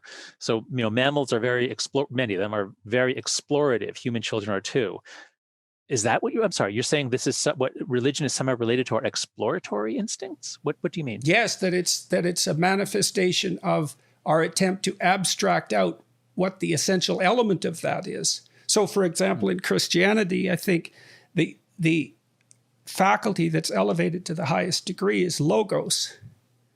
And of course, that's translated into logic by the Greeks, but that isn't exactly all it means. It means more like exploratory, communicative endeavor, but also with a tremendous emphasis on the truth. And I traced that development back, for example, into Egypt and into Mesopotamia. And the Egyptians worshipped the eye, Horus's eye, and that's the attentive eye. It's not rationality precisely. It's the ability to see what's in front of you. It's the opposite of willful blindness. And the Egyptians characterized it as such because the god of Egyptian attention, Horus, was the antidote to Osiris. And Osiris was the blindness of the state. He was the state and the blindness of the state. The Egyptians had that all figured out. And in Mesopotamia, the highest god, Marduk, he had eyes all the way around his head. And he spoke magic words. And he was the victor of a battle between a whole sequence of gods, competition between gods, that was likely the abstracted result of competition between tribes and their own, local religions. Because monotheism seemed to emerge like that. Imagine all these tribes with their local gods. They come together. When they come together, the gods fight, so to speak. And then over some immense period of time, they arrange themselves into something approximating a hierarchy. And whatever is the ultimate principle that the cultures, assuming they didn't destroy each other, derived, starts to take place. So you see, each of these local gods is an element of an ideal. And as they struggle across time, the ideals arrange themselves according to whatever principle generates ideals, and something emerges at the top. The question is, what is it that always emerges at the top? There's a pattern, and it's the thing that we imitate. That's the crucial thing. Wait, I'm sorry, what emerges out of the top? Give me an example. The ideal. Well, I can give you an idea. I'll give you an example, okay? You tell me what you think about this, because it's expressed in all sorts of ways, because it can't be articulated, not fully. Okay, so you see Byzantine cathedrals. The dome is the sky. Okay, the cathedral's a cross. Right. The center of the cross is the central point of being. Okay. You look up at the sky and there's a picture of Christ as Pantocrator, as creator of the world. Okay, what's the idea? And he's in gold. There's a halo. The halo is like the sun, and gold is a noble metal, right? It's pure and incorruptible. So that ties into that disgust issue that you've made so much of. Right. The logos idea is the idea that truthful speech brings about the best kind of reality. It's something like that. And so that's elevated. So you think, well, look, we imitate. We imitate the gist. Well, what is the gist extracted out over thousands of years? See, when I look at religion from a purely psychological perspective, let's say, and think about our continued discussion about what constitutes the human ideal, it's something personified. It has to be, because we can't imitate it otherwise. That's the problem with abstract ideals as motivating. They're not personified. Even when Stephen talked about the civil rights movement, he had to mention John F. K. and Martin Luther King, right? He had to bring the personality into it. Yeah. So you think, as we've organized our religions across time, as we've aggregated into groups and attempted to construct a monotheism, we're trying to figure out what principle should be elevated to the highest state. Yeah. Okay. So I think we're taking a very different approach to religion. I am a social functionalist. I start by saying, what's the social function of this? I don't think humans are very motivated to find the truth. Now, this is my particular view. There's a saying attributed to Robert Zients, a great social psychologist, that cognitive psychology is social psychology with all the interesting variables set to 0. So a lot of people try to use psychology to explain, how people are trying to optimize their information processing. Sure, we do that if we're trying to bet on the stock market or if we're trying to get from here to there. But even then, we do all sorts of irrational things. Once you bring in the social factors, those tend, in my mind, to overwhelm any sort of truth seeking.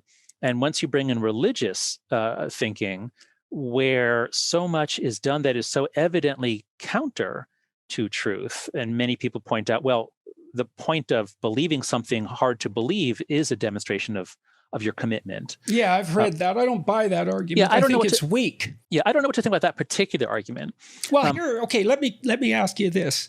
So if I said I believed in you, what would that mean? Well, pragmatically, it means you support me, you're there for me, you think I'm on the right track. I have faith in you. Yeah.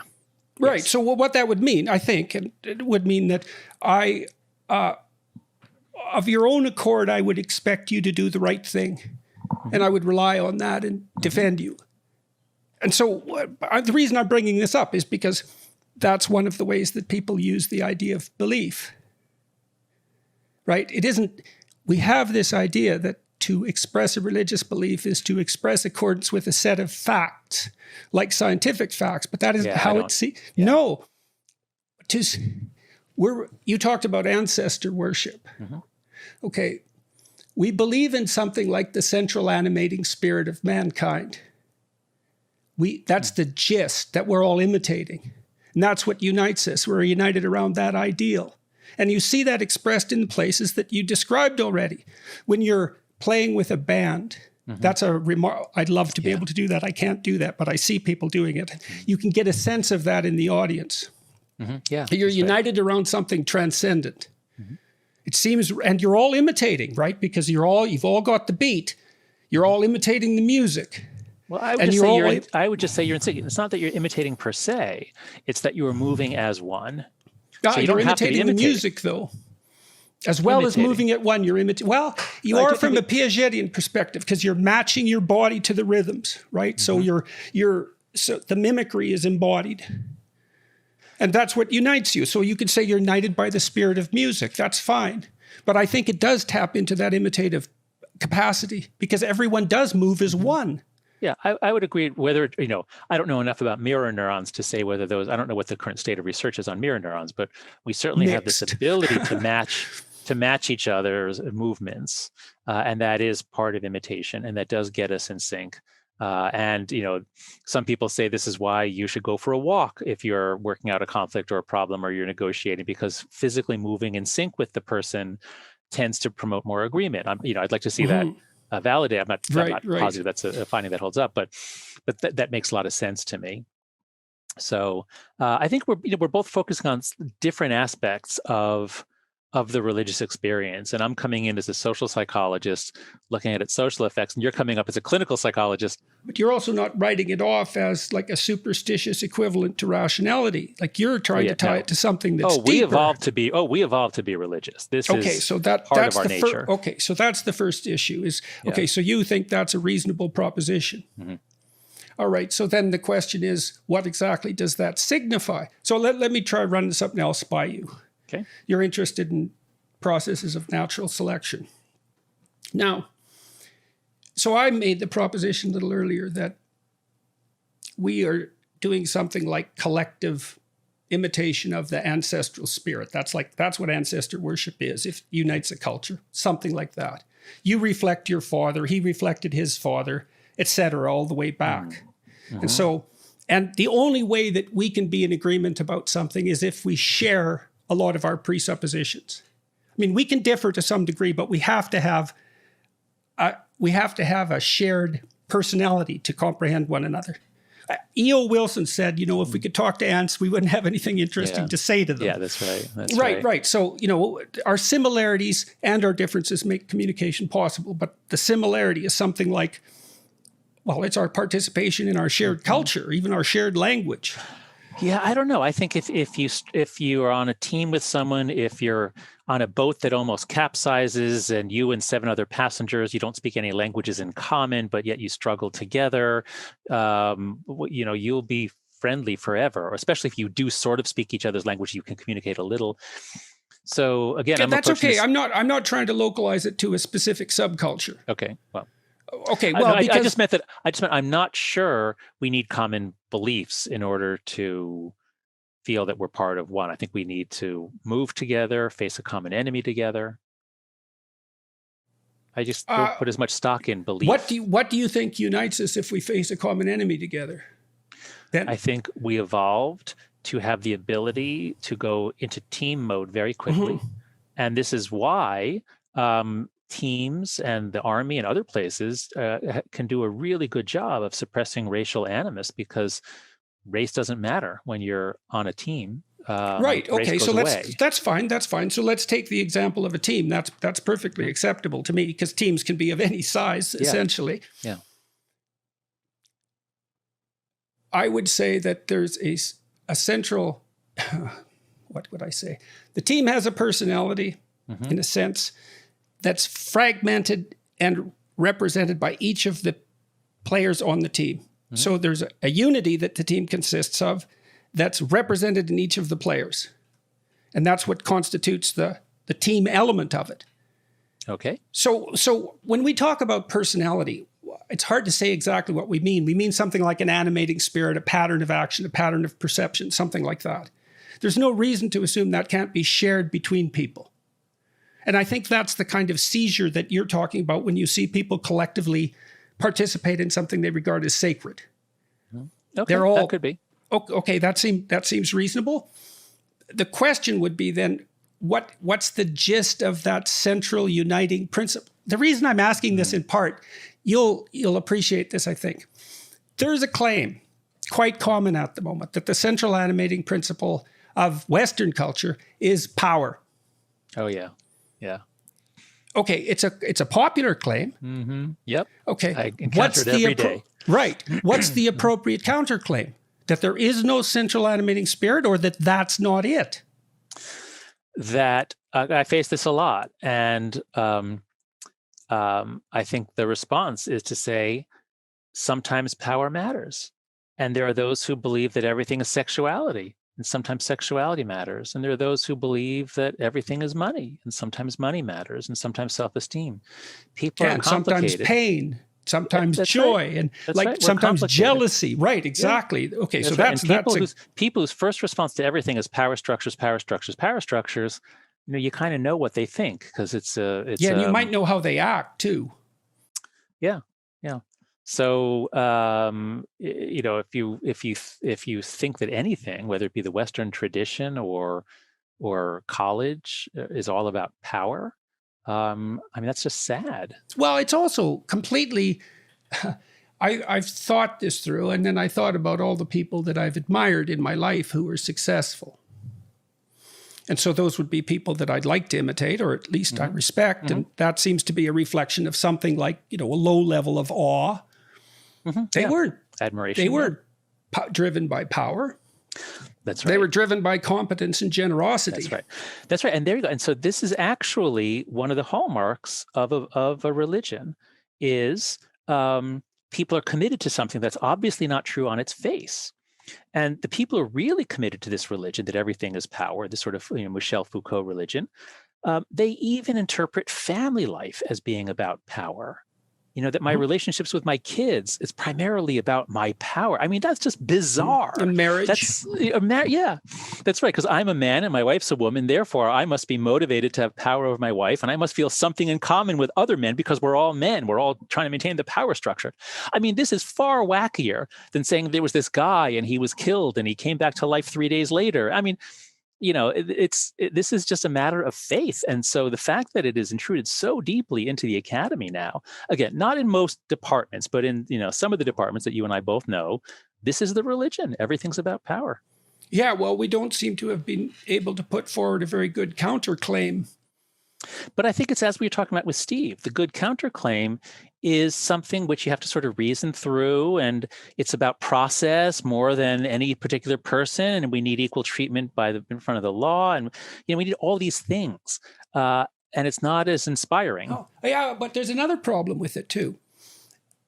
It's not like I don't have sympathy for that viewpoint, and there's nothing wrong with a reasoned argument. But look, whatever's at the bottom of the woke movement is critical of the processes of reason themselves.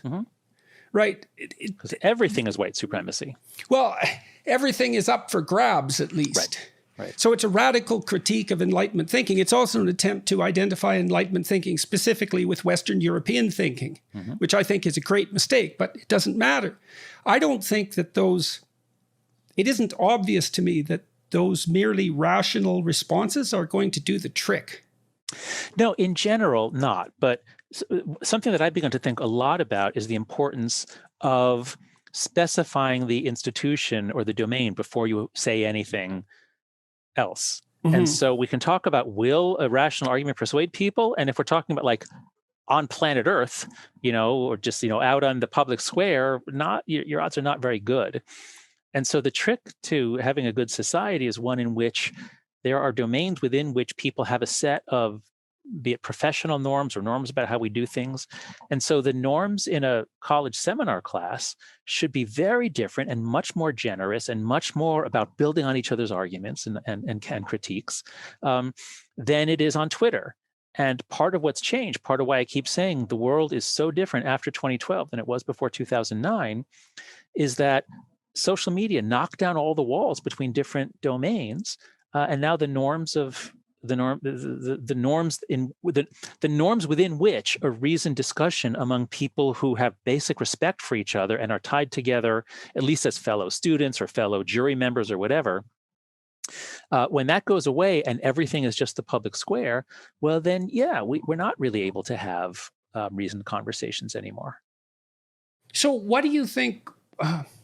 So you attribute what's happened since 2012 fundamentally to technological transformation. Is that the case? Yes, there were a variety of trends that were building already, but those included technological changes like the emergence of cable TV in the 1980s.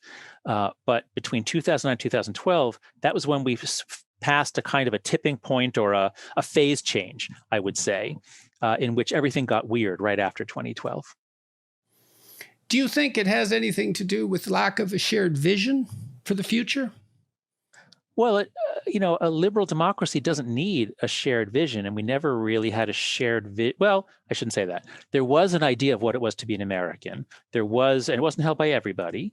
And obviously, for a long time, it excluded African Americans and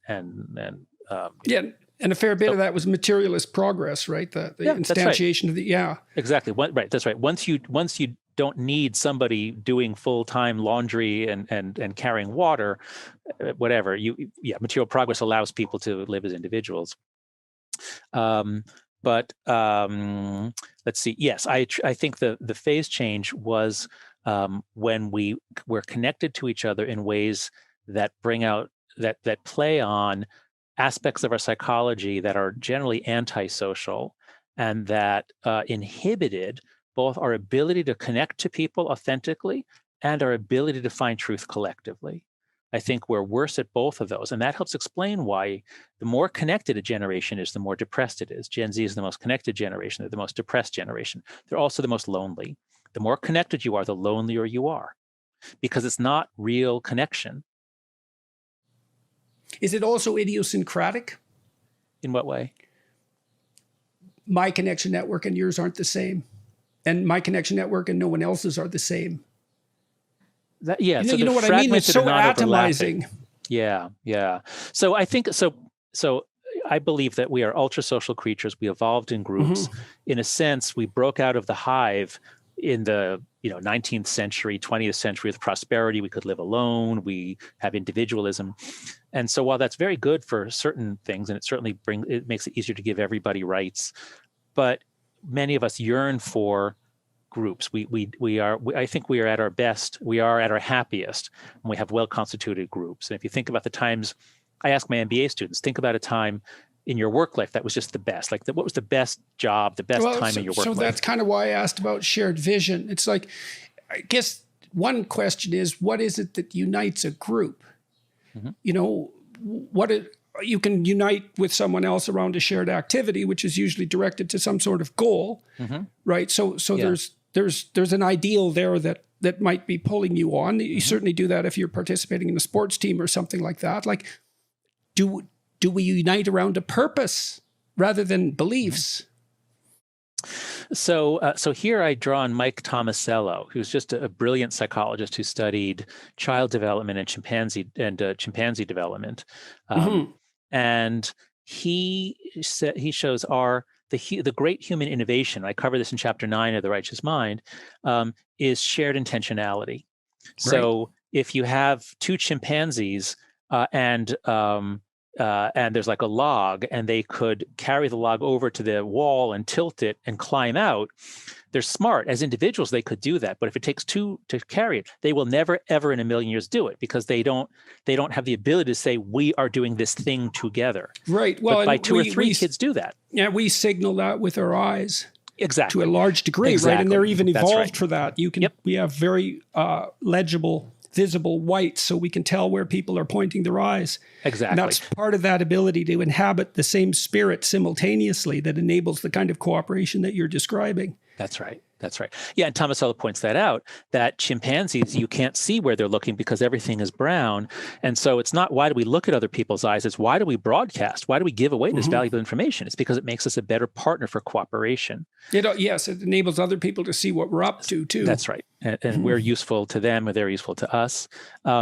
So I think that, and there's also this thing from Tubi and Cosmides about I forget, they had a catchy name for it, but it's like crises that you face together. If you're attacked by a neighboring group, or if you fend off a lion, that act of like, your life is in danger, but you and three others did it together. Now you're really bonded. That's how you get really close friendships. And that, I think, is part of the reason why Gen Z is so lonely. The rest of us, until the 1980s or 90s, kids went out unsupervised, and we all got into scrapes. And my best friends, we all got, a couple times we had to run away from the police. A couple times somebody got hurt. How are we going to get them back to their mom? You go through scrapes together. That's what bonds you. I don't think you need a shared belief. I don't think you need a shared vision. I think you need shared activities where you are interdependent, you rely on each other. And that's why the Army works so well, or at least it didn't through the Vietnam War, but they really got serious about race issues in the 80s, I think it was. At any rate, so I guess you and we disagree. I mean, I'm sure you are thinking of cases that I'm not thinking of, where it's the shared vision that matters. But as a social psychologist, I think the shared vision is not necessary. It's really doing things together. Yeah. Well, I don't. It's not like I disagree with the idea of the necessity of doing things together. I'm always fascinated by this idea of gist, because we're so good at abstracting out the essence from things, and so you said, for example, that maybe you catalyze a friendship in a crisis. Yes. And a crisis indicates what's important when push comes to shove, so to speak. Yeah, that's right. Right. And so then you manifest self-sacrificing behavior in the face of danger, something like that. Well, I would say it's not what's important, it's who's important. It shows you who's important, who's on your team, right, but you're bound who's to. important would be willing to do that. Yeah. They put themselves at risk for you. Yeah. Something like that. So that's self-sacrificing behavior. Yeah, and it does even that seem happen in an reasonable? office. Yeah, it does. It does. And even in an office, my kids love the office, and it's about the dysfunctions of office life. And I did work in an office for 2 years in between undergrad and grad school. I was a computer programmer for the government, and we had a really bad boss. And though and I'm still bonded to my coworkers. We suffered together. We intrigued and plotted together. We did things together, and we were very diverse ethnically and somewhat politically, but we all went through this thing together and worked together. So back to the righteous mind. How did your work on disgust lead you in that direction? Yes, it did. It was the breakthrough, because when I was a first-year grad student beginning to study moral psychology, it was all about Lawrence Kohlberg and Jean Piaget, and it was very rational, and it was about how kids' beliefs about justice and fairness change as they develop. And it was a little bit dry and dull. And it wasn't until I took a cultural psychology class with Alan Fisk, who's a brilliant cultural anthropologist and psychologist, and he had us read ethnographies, full-length treatments of cultures from around the world. And it was there that I saw these patterns, these repeated patterns around menstruation, food, taboos, Orders. Yeah, that's right. There are, and so that's what really showed me this. As I said, it's like a Jungian view. Like there's something in our minds that is coming out all over the world. Culture can't be just. We're not a blank slate. I wish Steve was still here. We're not blank slates. Cultures can't just teach you. From each according to his ability, to each according to his need. Like you can't teach that to people. That's the way we are in a family, but you can't make a whole society believe that because there are constraints. And it was studying disgust, purity, pollution, and then disgust with Paul Rosen, who happened to be at the University of Pennsylvania, where I was a graduate student. It was really studying disgust and sanctity and purity and religious practice around that. Why is the body so important in religious practice, except in modern Protestantism? And so that's what got me to look at this much more irrational stuff, to think about evolution in a certain way. And that led me to multi-level selection. So yeah, if not for disgust, I probably would have just been somebody studying relatively dry aspects of moral psychology about reasoning and fairness. Right. That takes you down into the emotional and the instinctual level. Exactly. That's right. Disgust is and there's a big debate in moral psychology. It's a very active, exciting field, but there are people who say, well, no, it's all about harm. Everything's ultimately about harm, and everything else is indirectly harm. And there are others who say, no, it's all about fairness. Everything is fairness. And I am an anti-parsimonist. That is, I do not believe in the pursuit of parsimony. I believe that... Well, the problem is the terms that everything gets reduced to start to expand. What do you mean? Well, if you say everything is about harm, then you have to redefine harm so that it's universally. You have multiple kinds of harm. Yeah. Exactly. Yeah. So it does seem to be a mug's game in some sense, and it enables you to have one answer for everything, which is rarely helpful. Yeah. So I was reading Franz de Waal recently, and he's studied disgust I didn't realize that disgust did manifest itself in other animals so clearly. It's controversial. There are some hints of it in some primates that I've heard of, but I don't think any other animal shows contagion the way we do. But tell me if he has an example. Well, he thinks dogs show disgust to citrus fruits, which are poisonous to them because they wrinkle. No. It's distaste. Well, they'll do it to the smell too. Yeah, but it's just distaste. No, this is so Paul. One of the things I got from Paul Rosen, who's one of the world's experts on food and eating, the psychology of food and eating, is of course animals evolved to seek out certain sensory experiences that guide them to their food. So if you're a koala bear, if it smells like eucalyptus, you're done.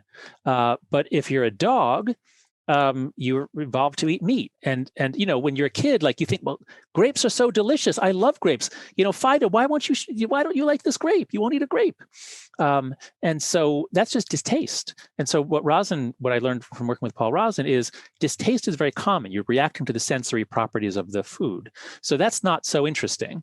What's interesting is that something that elicits a negative reaction touches something else. Will you then avoid that something else? So he's tracked that in chimps.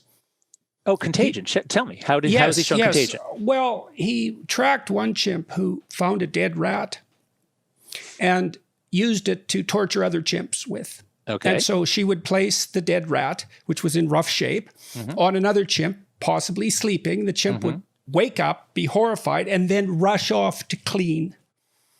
That's really funny. Wow, a chimp practical joke. That is funny because my college roommate and I did something kind of like that in college. He had a snake and he had dead rats in the room to feed the snake, and we actually did something very much like that. This is a riot. Now, does that show contagion that they needed to wash off? Maybe, yeah. Yeah, well, he does. He has other accounts in the book as well. Where is this? Mama's Last Hug, it's called. Is that a book of his? I don't know that. Yes, Mama's Last Hug. Okay, it's a relatively recent one. Yeah. I was DeWalt quite interested. Very influential in my thinking. Yeah, I love DeWalt. So yeah, me too. Well, and I'm so interested in your work on disgust, and so it was interesting to me because I thought it was a relatively human emotion, but he makes a pretty strong case that it's more. But as with so much about chimps, you can say, do they have culture? Well, there's this behavior here that was observed once or 10 times. That what you're telling me now is the first case I've ever heard that looks like maybe it was. So with so much about chimps, do they have it? Well, almost a little bit. And sometimes, there's not bright lines, but there are some sort of somewhat bright lines. Yeah, well, I guess with disgust, you'd think that it was sufficiently embodied, visceral, so that it might have fairly pronounced equivalents in species that are closely related to us. I do wonder about its relationship with conscientiousness, which seems to be a more specifically human trait, perhaps. Maybe you see it in sled dogs. I don't know. Yeah. No, I do think, maybe you can tell me about Freud's anal triad, whether there's any truth to that. But at least if you think that human personalities, like the master dimension is sort of, are you more set towards like approach, explore mode, or are you more set to finding threats and defend mode? And that's a trait that varies. And people who are more set to defend mode are going to be more anxious, but also more disgust sensitive. There's a small correlation with politics. They tend to be a little more conservative, and conservatives certainly are more conscientious, especially orderly. They're especially more orderly, and that seems to be more tightly associated with disgust sensitivity. Yep, that's right. As opposed to straight neuroticism. Yeah, that's right. What do you think of Randy Thornhill's work on parasite prevalence and conservatism, which seems to be logically associated, at least to some degree, with your work on disgust? Yeah, it is. I mean, I know the hypothesis. I think it makes a lot of sense. So basically the idea that cultures that evolved with high parasite loads, other people are much more dangerous. You're much more, careful about outsiders coming in. They bring disease, and so conservatives tend to be more, and actually a nice metaphor in the Brexit context: are we drawbridge up people or are we drawbridge down? And the Brexiters were more drawbridge up. Here's our island, and the more universalist, Remainers were more drawbridge down. And over again, you see. The progressive mindset is much more John Lennon. Imagine no borders, just everybody living in peace. And the conservative mindset might be the fundamental political difference. I thought this because the two traits that predict political belief seem to be openness, predicting liberalism and the kind of things that you're talking about, and orderliness. And so if you think, why do those co-vary to predict political belief? And it seems to me to be something very much like what you just described with relationship to borders is, are you on the side of free flow because you see the advantages, or are you afraid of that because of pathogen contagion? Yeah, that's right. And so here's a very useful word. Once you hear it, it just explains, it improves things here. There's been a debate for a while about whether conservatives are authoritarian, whether authoritarianism is exclusively the province of the right. A long search for left-wing authoritarianism. I think there is such a thing. You think so too. Actually, right. You've produced some research on that. But I heard an interview with John Hibbing, who's a political scientist who's done a lot of research on the sort of the physiology or brain basis, or the psychology of politics. And he says the word we use shouldn't be authoritarian. It's not primarily authoritarian. It's primarily securitarian. People who are really focused on security, they want us to be safe. They see threats over the borders. If that's the way your mind is more, then you will end up more attracted to parties right of center. Whereas if you're less concerned about security, then you go more left of center. And boy, is this playing out in New York City right now, because we had a horrible crime wave that went on for decades in this city. It ended in the 90s, and it seems to be picking back up as of 2 or 3 months ago. I mean, it increased during the pandemic, but the last couple of months, my neighborhood's gotten really much more dangerous. More crimes. I'm sorry to hear that, because New York was so good for so long. Yeah, my wife and kids could walk around at 11 o'clock at midnight. They could walk around. Millennials were taking the subway out to Brooklyn at 4 a.m. And I hope that'll come back. But in the last couple of months, it looks like it's back to the 70s. Anyway, the reason I bring it up is just to say that we're having a mayoral election. The primary is going on right now, and election day is tomorrow.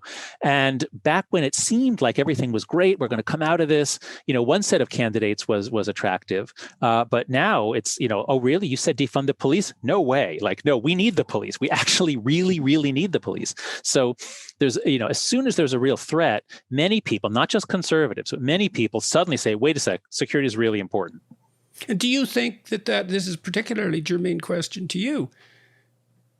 We tried to look for heightened levels of anxiety in conservatives in my lab for a long time. We never found them, not really. Right. But, that's right. But it's the disgust issue that's so germane to me. It's like, when you say security, do you mean control of what's contemptible and disgusting, or do you mean what's threatening? Those are not the same thing. Yeah, I think following Hibbing, I think it's what's threatening. No, because you're right. The neuroticism, if anything, is more common on the left. Conservatives are happier by some measures, not by all. There are a variety of psychological traits that do seem to indicate greater psychological adjustment among conservatives, and including happiness. And so I would not, it'd be weird to say that conservatives are more anxious, but yet they do seem to be more threat sensitive. Would you agree with that? I don't know. I wrote a whole book sort of theorizing that the purpose of belief was to bring anxiety under control and uncertainty, and there's something to that. But disgust has occupied more and more in my imagination with regards to political belief, partly because of your work, partly because of Randy Thornhill's, partly because there is an association between orderliness and conservatism, and orderliness and disgust sensitivity, and it's not associated with neuroticism, which is so strange, right? Because the negative emotions clump together. You're right. So you'd expect, really, it's a killer piece of evidence. If conservatives are more threat sensitive, they should show higher levels of neuroticism on some measures, and they just don't. And so you can see in lab situations, there are some stimuli they seem to overreact to, but it isn't obvious that it's associated with the canonical negative emotions. But disgust is a whole, and after I familiarized myself with your work, I read Hitler's Table Talk, which is a collection of... What is that? It's a collection of his spontaneous utterances over dinner time, collected by his secretaries across about 4 years. Oh, fascinating. Yes, it's fascinating. And what's really fascinating is how much of it's about disgust. Oh, wow. God, it's just unbelievable, because his propaganda process... cockroaches, rats. You bet. Well, and so much disgust. You may know this and you may not, that Zyklon was originally used as an insecticide in factories. They cleaned up the factories. The Nazis cleaned up the factories first, then the mental hospitals. Then they broadened out, and it was Zyklon B, I believe, to begin with, and then Zyklon A. And so there is a disgust story there that's unbelievably strong. And the thing about things that are disgusting, if you're afraid of them, you want to get away from them. Yeah. If they're disgusting, you want to destroy them. Well, you want to withdraw from them. Yes, yes. You want to withdraw, and you want, especially burning. Yeah, yes, burning especially is the most satisfying way to dispose of things. Because it kills. Right, It certainly and kills it's the not germs. like the Nazis weren't enamored of the symbolism of fire. Burning. That's right. That's right. Yeah. So I think maybe what we can say here is that let's bring in openness to experience, because if we say that openness to experience is consistently the largest trait associated with politics, as far as I know, and so people are high on openness to experience tend to be drawn to progressive or left-wing politics, and that has a very clear negative relationship with disgust. That, I think, is the strongest relationship Paul Ross and I ever found. Now, you would think that would also have some relation to anxiety, because, as you said, the negative emotions all clump together, but in this case, they don't. So maybe the neuroticism link is a red herring. Maybe what we should be focusing on is the openness to experience.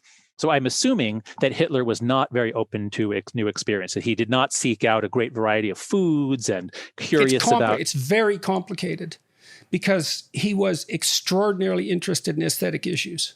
He had the floor plans of most major buildings memorized, and he was planning to transform the centers of most of the cities that he conquered into artistic citadels. But remember this. What kind of art? He divided art. That's right. Yeah. He divided art into acceptable and pathological, that's right? So he was an artist with very conservative tastes in what was beautiful. Yeah, so I think he was open and hyper-orderly. Hyper-orderly, because there's other examples of his orderliness and disgust sensitivity. But are there other examples of his 4 times openness? a day. Wait a second. So you've convinced me that he's interested in aesthetics, but do you think he was open in a general way? Well, he wanted to go to art school. He tried to get in 3 times, tried to make a living as a watercolorist. Yeah. So look, I'm not trying to make a case that Hitler was an artistic genius. I'm not saying that at all. He was a very complicated person. But I think the real tilt for him was maybe even the contradiction between openness and extreme orderliness. Like, he was also a worshiper of willpower, which is associated with orderliness, right? So he could stand like this, would stand like this for hours at a time, and he prided himself on that. And he bathed 4 times a day. He was also concerned. He's also very much concerned with what he ate.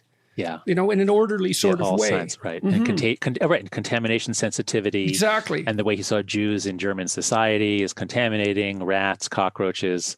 Yeah, that is very common in genocides. The same language in Rwanda. About pure blood all the time. Yeah.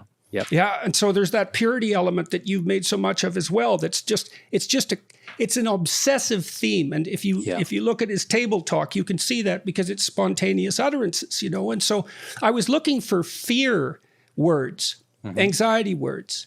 It's like they're rare, but disgust words, man, fascinating. It's just there all the time. And disgust, it's, you think about our society, we go out of our way to keep fearful things at bay.